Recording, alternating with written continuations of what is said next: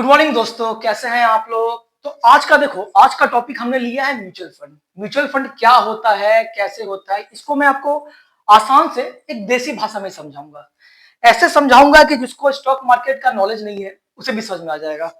तो mutual fund समझने के पहले हमको ये सब टॉपिक है जो हमें समझना है। म्यूचुअल फंड क्या होता है, एसआईपी क्या होता है, एमसी क्या है, lump sum, NAV, expense ratio, large small mid cap, LSS fund, exit load, expense ratio and direct and regular fund.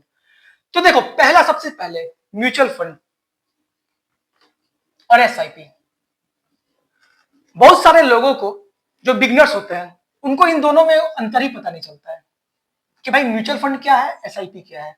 अक्सर लोग मेरे से पूछते हैं कि सर आप म्यूचुअल फंड कर रहे हैं क्या। हाँ बोले, हाँ कर रहा हूं। सर आप एसआईपी कर रहे हैं क्या। हाँ भाई कर रहा हूं। ये दोनों दो टर्म है। ये है म्यूचुअल फंड। इसमें क्या होता है, एक आदमी जिसको बोलते हैं फंड मैनेजर,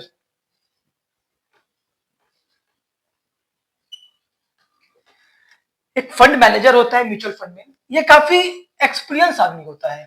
जो फंड मैनेजर होता है 10 साल का, 15 साल का, 20 साल का, इसको एक्सपीरियंस रहता है। इसके पास एक टीम रहती है। टीम में 12 मेंबर होंगे, 10 मेंबर होंगे, वट एवर द केस में भी। तो फंड मैनेजर को इंडिया के सारे लोग, इनफैक्ट बाहर के भी लोग, कुछ पैसे देते हैं। जैसे आपने 10,000 रुपया कोई दिया इसको, कोई इसको 20,000 रुपया दिया, कोई 5,000 दिया, किसी ने 500 दिया। ये सारे पैसे फंड मैनेजर को हम लोग देते हैं। और फंड मैनेजर जो म्यूचुअल फंड का है वो आपके जगह स्टॉक को बाई करता है। समझा आपने। ये एक एक्सपर्ट आदमी है। इसके पास इसकी टीम है। टीम में 10 आदमी, 15 आदमी, 20 आदमी, जिनका यही काम है कि अच्छे अच्छे स्टॉक्स को चुनना, उसमें पैसा लगाना और इनके लिए रिटर्न बनाना, हमारे लिए रिटर्न बनाना। तो फंड मैनेजर क्या हो गया, म्यूचुअल फंड क्या हो गया। म्यूचुअल फंड एक कंपनी होती है, कंपनी मान लो, जिसका काम होता है कि लोगों से पैसा लेना, पैसा को कलेक्ट करना, और कलेक्ट करने के बाद रिसर्च करना, अपना स्टडी करना और स्टॉक्स में पैसे लगाना। किस स्टॉक को कब खरीदना है, कब बेचना है, टोटली डिपेंड करता है फंड मैनेजर को। कंपनी तो करेगा नहीं, कंपनी की जगह कोई एक आदमी करेगा, तो वो ये आदमी करता है। तो फंड मैनेजर किसी किसी म्यूचुअल फंड में एक होते हैं, किसी में 3 भी हो सकते हैं, 5 भी हो सकते हैं, प्लस इनकी टीम। ये टीम रिसर्च करती है, स्टडी करती है, और अगर इनको लगता है कि हाँ इस स्टॉक में पैसा लगाना सही है तो स्टॉक में पैसा लगाएगा। अगर इसको लगता है कि नहीं इसमें सही नहीं है तो ये नहीं लगाएगा। अब क्या होता है ये देखो, जैसे फंड मैनेजर जो है इनके पास ढेर सारा पैसा आ जाता है, तो इनके पास बहुत सारी अपॉर्चुनिटी आ जाती है। जैसे आप इंडिविजुअली अगर आप लगाओगे पैसा, आपके पास से 10,000 रुपए, इंडिविजुअली आप महीने में 10,000 रुपए लगा रहे हो, तो इंडिविजुअली आप कुछ ही स्टॉक ले सकते हो। लेकिन फंड मैनेजर जो होता है उसके पास ढेर सारे पैसे आ जाते हैं। बहुत सारे लोग, कोई 10,000 दिया, कोई 5,000 दिया, कोई 15,000 दिया, ऐसे ऐसे करके इसके पास एक अच्छा खासा कलेक्शन हो जाता है। तो फंड मैनेजर के पास बहुत सारे ऑप्शन रहते हैं कि वो ढेर सारा स्टॉक ले सकता है। वही होता है म्यूचुअल फंड। जहां आप एक स्टॉक लिए, मान लो एक्स, 1,000 रुपए का, आपके पास 10,000 रुपए थे, तो आपको एक्स स्टॉक के 10 शेयर मिले। लेकिन यही 10 अगर आपने म्यूचुअल फंड कंपनी को दिया, तो ये 10,000 रुपए आपने दिया, 10,000 कोई और दिया, ऐसे कर करके मान लो म्यूचुअल फंड के पास आ गया 5 लाख रुपया, तो ये 5 लाख रुपया का स्टॉक लेगा on the behalf of all people. तो म्यूचुअल फंड समझ में आ गया आपको क्या है। अब देखो एसआईपी। अक्सर लोग ये सोचते हैं कि म्यूचुअल फंड और एसआईपी दोनों सेम है। नहीं, एसआईपी क्या है, सिस्टमेटिक इन्वेस्टमेंट प्लान। आपने एक सिस्टम बनाया, सिस्टमेटिक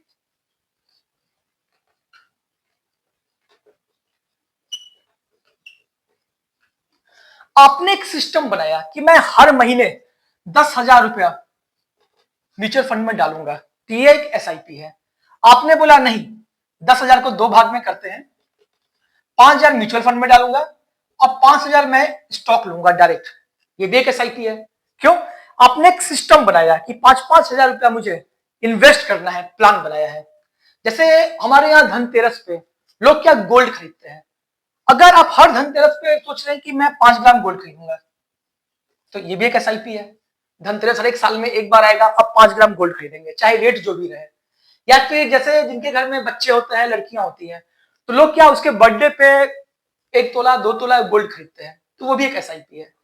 या फिर आपने सोचा कि हर मंथ की सैलरी में मैं एक शेयर को हर मंथ, हर वीक खरीदूंगा, तो ये भी एक एसआईपी है। तो एसआईपी समझा आपने, म्यूचुअल फंड अलग है, एसआईपी अलग है। ये दो आपको समझ में आ गया, म्यूचुअल फंड किसे बोलते हैं, एसआईपी किसे बोलते हैं। चलिए अब तीसरा देखते हैं। तीसरा है हमारा एएमसी, एसेट मैनेजमेंट कंपनी। कोई म्यूचुअल फंड है, एग्जांपल के लिए मैं एक्स मान लेता हूं, उसके पास कितना एसेट है, कितना एसेट है, कितना पैसा को वो मैनेज कर रहा है, तो उसको हम लोग बोलते हैं एएमसी। तो म्यूचुअल फंड आपका क्लियर हो गया, एसआईपी क्लियर हो गया, एएमसी क्लियर हो गया। सिंपल सी बात है, जो जिसका एएमसी ज्यादा वो उतना अच्छा फंड है, क्योंकि बहुत ज्यादा पैसा मैनेज कर रहा है। जैसे मान लो कोई एक म्यूचुअल फंड है एक्स, उसके पास 1,000 करोड़ रुपया है, और एक वाई है, उसके पास 5 करोड़ है। तो एक्स कंपनी हमारी अच्छी क्यों है, क्योंकि ये बहुत ज्यादा पैसा मैनेज कर रही है, और ज्यादा अगर एएमसी है तो इसको ज्यादा एक्सपीरियंस है, लोगों का भरोसा उस पर ज्यादा है, तो एएमसी ये हो गया। अब एक वर्ड होता है लमसम, म्यूचुअल फंड में हमेशा सुनते होंगे लमसम। लमसम क्या होता है, तो चलो लमसम देखते हैं। जैसे मान लो आपने कहा कि भाई मैं एसआईपी में हर मंथ 10,000 डालूंगा, ठीक है। एक डेट मान लेते हैं कि आपने कहा कि 1 फरवरी के दिन,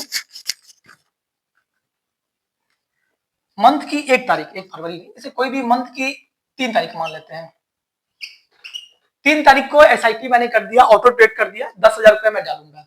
अब हर मंथ की 3 तारीख को आपको 10,000 रुपए कट रहा है, कट रहा है, कट रहा है। कहीं बाहर से आपके पास 50,000 रुपए आ गया एक्स्ट्रा, ये 50,000 रुपए आपके पास एक्स्ट्रा आया है, ये तो 10,000 कट ही रहा है आपका। अब आप बोले कि भाई इस पैसे को भी मैं डालूंगा, कैसे डालूंगा, तो मैं एक ही बार, जो भी मैंने म्यूचुअल फंड ले रखा है, मान लो एक्स ले रखा है, अभी आपको मैं कुछ म्यूचुअल फंड के नाम भी बताऊंगा क्या है कैसे है, तो मैं इसको एक ही बार डालूंगा। तो ये होता है हमारा लमसम।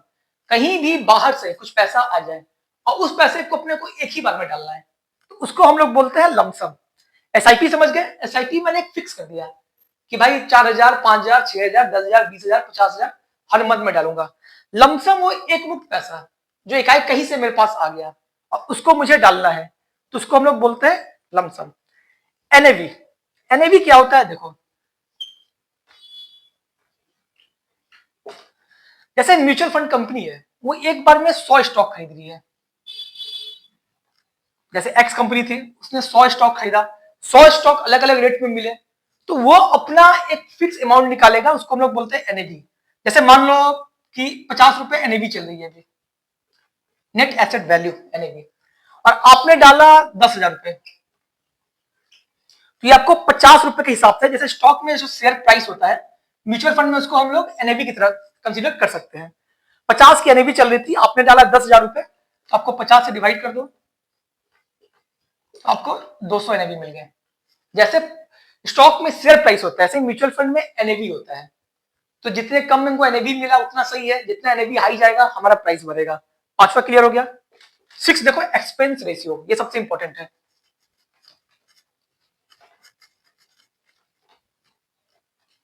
अब जैसे हमने नाम रखा है एक्सपेंस, एक्सपेंस समझते हैं आप लोग क्या होता है एक्सपेंस। एक्सपेंस का मतलब होता है खर्चा। हम लोग किसी चीज पे एक्सपेंस कर रहे हैं, खर्च कर रहे हैं। अब ये म्यूचुअल फंड कंपनी है, जैसे मैंने बताया, उसका एक फंड मैनेजर है, फंड मैनेजर की पूरी एक टीम है, वो रिसर्च करेगी, स्टडी करेगी, ट्रैवल करेगी, अपना ऑफिस बनाएगी, तो उस पर खर्च होता है। खर्च तो होगा भाई, अगर आपने एक टीम बनाई, टीम के लोग हैं, उनकी सैलरी, आपने ऑफिस बनाया, आपके ट्रैवलिंग अलाउंस, ऑफिस रखवाई रखा, चाय रखा, तो ये एक्सपेंस पैसे आएंगे कहां से, तो ये आपके पैसे से ही आते हैं। एक्सपेंस रेशियो जो होता है, जो भी मनी आप इन्वेस्ट करते हैं, फॉर एग्जाम्पल आपने 10,000 इन्वेस्ट किया, उसका ये साल में, मेरी बात को अच्छे से सुनना, जो भी पैसा आपने इन्वेस्ट किया, 10,000 रुपीज आप पर मंथ एक्सपेंस कर रहे हो, तो इस 10,000 का 0.5 से 2% पर ईयर ये एक्सपेंस रेशियो के रूप में कट जाता है। समझे, अगर आपने 20,000 लगाया, सेम प्रोसेस 5 से 2%, तो ये एक्सपेंस रेशियो जाता कहां है, ये एक्सपेंस रेशियो देती है म्यूचुअल फंड कंपनी, जो आपके ऑन दी बिहाफ आपकी जगह काम कर रही है, तो इसके जो खर्चे हैं वो एक्सपेंस रेशियो इसी को बोलते हैं। तो सिंपल सी लॉजिक है, जिसका एक्सपेंस रेशियो कम होगा वो हमारे लिए अच्छा है, जिसका एक्सपेंस रेशियो ज्यादा होगा वो हमारे लिए खराब है। लेकिन इसमें पॉइंट ध्यान देने वाली क्या बात है, कोई कंपनी एक्सपेंस रेशियो ज्यादा ले रही है, फॉर एग्जांपल 1% ले रही है और आपको रिटर्न दे रही है 20% साल का, कोई कंपनी एक्सपेंस रेशियो 0.5% ले रही है और आपको रिटर्न दे रही है 10%, तो दोनों में कौन अच्छा है? तो ये हम नहीं बोल सकते कि जिसका एक्सपेंस रेशियो कम होगा वही अच्छा होगा, उसके हमको रिटर्न को भी देखना होगा, उसके हमको क्या वो रिटर्न दे रही है साल में, कैसे दे रही है, और ऑन बेसिक और नॉर्मल आप जान के सुनो कि एक्सपेंस रेशियो जितना कम रहे वो हमारे लिए अच्छा है। चलिए सातवां देखते हैं, large cap, small cap and mid cap.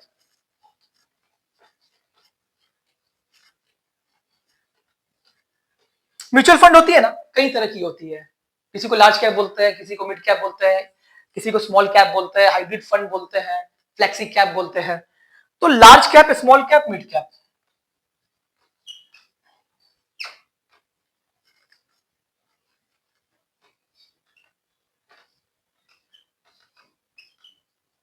देखिए ऐसी कंपनियां जो ऑलरेडी बड़ी हो चुकी हैं वो होती है large cap. For example Reliance, Reliance company अपने मुकाम तक वो पहुंच चुकी है, तो इंडिया के टॉप 50 कंपनियों में रिलायंस आता है, एचडीएफसी आती है, तो ये सब हो गया लार्ज कैप। मिड कैप जो स्मॉल कैप से ऊपर हो चुके हैं लेकिन लार्ज कैप तक नहीं पहुंचे हैं, और स्मॉल कैप जो भी बहुत छोटे हैं जिनमें ग्रोथ पोटेंशियल बहुत ज्यादा है लेकिन डूबने की संभावना भी ज्यादा है।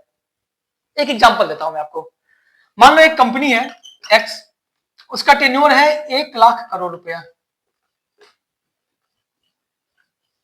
एक्स कंपनी की वैल्यू है 1 लाख करोड़, और एक कंपनी है वाई, इसकी टेन्योर है 1 लाख की कंपनी है ये, दो कंपनी का एग्जांपल लिया हमने। एक्स की टेन्योर है 1 लाख करोड़, कोई भी कंपनी हो सकती है भाई, अच्छी खासी स्ट्रॉन्ग कंपनी। वाई की कंपनी है 1 लाख। अब एक साल में डबल होने के चांसेस ज्यादा किसके हैं, एक्स के कि वाई के? 1 लाख को 2 लाख करना आसान है, लेकिन 1 लाख करोड़ को 2 लाख करोड़ करना मुश्किल है। लेकिन रिवर्स डूबने के चांसेस किसके ज्यादा है? मान लो कोरोना आ गया, कुछ आ गया, तो वाई कंपनी के डूबने के चांस ज्यादा है, क्यों? क्योंकि 1 लाख की कंपनी है। एक्स कंपनी की गिरेगा लेकिन डूबेगा नहीं, क्यों? क्योंकि इसकी टेन्योर है 1 लाख करोड़ रुपए। तो जो एक्स कंपनी हो गया आपका लार्ज कैप हो गया, वाई हो गया स्मॉल कैप हो गया, और जो बीच की कंपनी हो गया मिड कैप हो गया। लार्ज कैप ये आपको स्टेबिलिटी देगा लेकिन रिटर्न इसमें कम है। मिड कैप ये बीच बीच वाला है। स्मॉल कैप ये वोलेटाइल है, बहुत जल्दी गिरेगा लेकिन रिटर्न के चांसेस इसमें ज्यादा है। और मिड कैप दोनों बीच बीच हो गया, स्मॉल कैप से ऊपर, लार्ज कैप से नीचे। चलिए अब यह गया LSS fund, LSS mutual fund. ये वो फंड था कि जब इनकम टैक्स आते थे तो हम लोग क्या पीपीएफ में पैसा लगाते थे, सुकन्या में लगाते थे, तो म्यूचुअल फंड ने क्या बोला कि आप एलएसएस फंड में डालो। इसमें क्या होता था कि आप इनकम टैक्स में रिबेट ले सकते थे। अभी तो बहुत लोग की इनकम टैक्स नहीं आ रही है तो इस फंड का अभी उतना वैल्यू रहा नहीं, लेकिन जब मैंने अपनी म्यूचुअल फंड जर्नी की स्टार्टिंग की थी तो मैंने इसी फंड से की थी। चलिए 9 पॉइंट देखते हैं, एग्जिट लोड। एग्जिट लोड क्या होता है?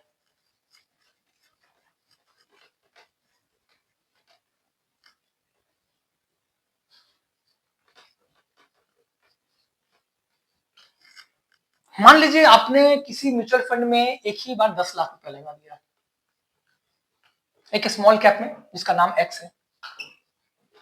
किसी फंड का मैं नाम नहीं ले रहा हूं, आपको अपने म्यूचुअल फंड में दिखाऊंगा आने वाले वीडियो में मैंने कहा क्या इन्वेस्ट किया हुआ है। तो आपने 10 लाख रुपए लगा दिया, अब आपको पैसे की जरूरत पड़ गई और अभी लगाए हुए 6 मंथ हुआ है। तो ये स्मॉल कैप का नियम क्या है कि अगर एक साल के पहले, डिफरेंट म्यूचुअल फंड्स के डिफरेंट डिफरेंट नियम होते हैं, मैं स्मॉल कैप का नॉर्मली बता देता हूं आपको। अगर एक साल के पहले आपने पैसा निकाला तो ये 1% काट लेंगे एग्जिट लोड के नाम पे। आपने पैसा इन्वेस्ट किया, आपने एक साल पहले आपने ये 10 लाख रुपया निकाल लिया, तो जो 1% होता है यानी 10 लाख का हो जाएगा 10,000, ये पैसा आपका कट जाएगा एग्जिट लोड। समझा आपने? आपने कोई पैसे को इन्वेस्ट किया और एक साल के पहले अगर आपने निकाल दिया, तो म्यूचुअल फंड कंपनी के रूल्स होते हैं, अलग अलग म्यूचुअल फंड के अलग अलग होते हैं, नॉर्मली स्मॉल कैप के यही होते हैं। तो 1% वो ले लेंगे एग्जिट लोड के नाम पे, यही होता है एग्जिट लोड। इसीलिए म्यूचुअल फंड में आपको पैसा वही लगाना है जो आपको लंबे समय तक जिसकी जरूरत ना हो, ताकि कंपाउंडिंग करने का मौका दिलाए। नेक्स्ट आइए, एक्सपेंस रेशियो। अच्छा ये 2 बार लिखा गया, सॉरी इसके लिए। And direct and regular fund, आज का लास्ट वीडियो, लास्ट टॉपिक, ये बहुत इंपॉर्टेंट है, इसको अच्छे से समझना। डायरेक्ट फंड क्या होता है, रेगुलर फंड क्या होता है, और कैसे एक छोटी सी गलती से आपका लाखों करोड़ों का नुकसान हो सकता है। डायरेक्ट फंड एंड रेगुलर, इनकी भी खत्म ही हो गई, ऐसे समझा देता हूं। देखो डायरेक्ट फंड वो होता है ना, तो डायरेक्ट आपने म्यूचुअल फंड से खरीदा, कोई भी एक रजिस्टर्ड सेबी ऐप, जैसे कुछ सेबी ऐप है हमारे पास, उससे जाके आपने डायरेक्ट फंड में खरीदा, डायरेक्ट म्यूचुअल फंड ले लिया। लेकिन रेगुलर फंड में क्या होता है, आपने किसी के थ्रू खरीदा, या तो आपने बैंक के थ्रू ले लिया, या कोई म्यूचुअल फंड डिस्ट्रीब्यूटर के थ्रू ले लिया। इसमें क्या होता है, आपने सेबी ऐप से लिया है, तो आपका जो एक्सपेंस रेशियो होता है, ये चीज को अच्छे से समझ लो आप लोग जो नए नए म्यूचुअल फंड स्टार्ट करना चाहते हैं। एक्सपेंस रेशियो इसमें आपका कम होता है। डायरेक्ट जो म्यूचुअल फंड का एक्सपेंस रेशियो है वही आपको इसमें लगेगा। लेकिन रेगुलर फंड में क्या होता है, एक तो म्यूचुअल फंड का लगेगा, प्लस जिस बैंक से लिया वो भी आपसे चार्ज लेगा, या फिर जो म्यूचुअल फंड डिस्ट्रीब्यूटर से लिया उसका भी कमीशन होगा। तो इसमें एक्सपेंस रेशियो आपका ज्यादा होता है। इसीलिए हमेशा कहा जाता है कभी भी आप अगर म्यूचुअल फंड लो तो कोशिश करो कि डायरेक्ट फंड ले, रेगुलर फंड नहीं ले। दोनों में अंतर समझ में आया? फॉर एग्जाम्पल आपने कोई एक म्यूचुअल फंड लिया, उसका एक्सपेंस रेशियो 0.5% है, तो वही म्यूचुअल फंड आपका रेगुलर में हो जाएगा 1%। तो दोनों में आधा का अंतर हो जाएगा। शुरू शुरू में ये डिफरेंस तो ज्यादा नहीं लगेगा, लेकिन जैसे जैसे आपका टेन्योर लंबा होगा आपको समझ में आएगा कि आपका 5 लाख, 10 लाख, 20 लाख, 40 लाख का लॉस हो गया अगर आपका म्यूचुअल फंड करोड़ों में जाता है तो दोस्तों देखो, ये पूरा 10 टॉपिक मैंने आपको बताया। अगर वीडियो अच्छा लगा तो लाइक करें, शेयर करें, चैनल को सब्सक्राइब करते हैं। तब तक मिलते हैं लोग नेक्स्ट वीडियो में, तब तक के लिए अपने जर्नी को कंटिन्यू रखें। जय हिंद।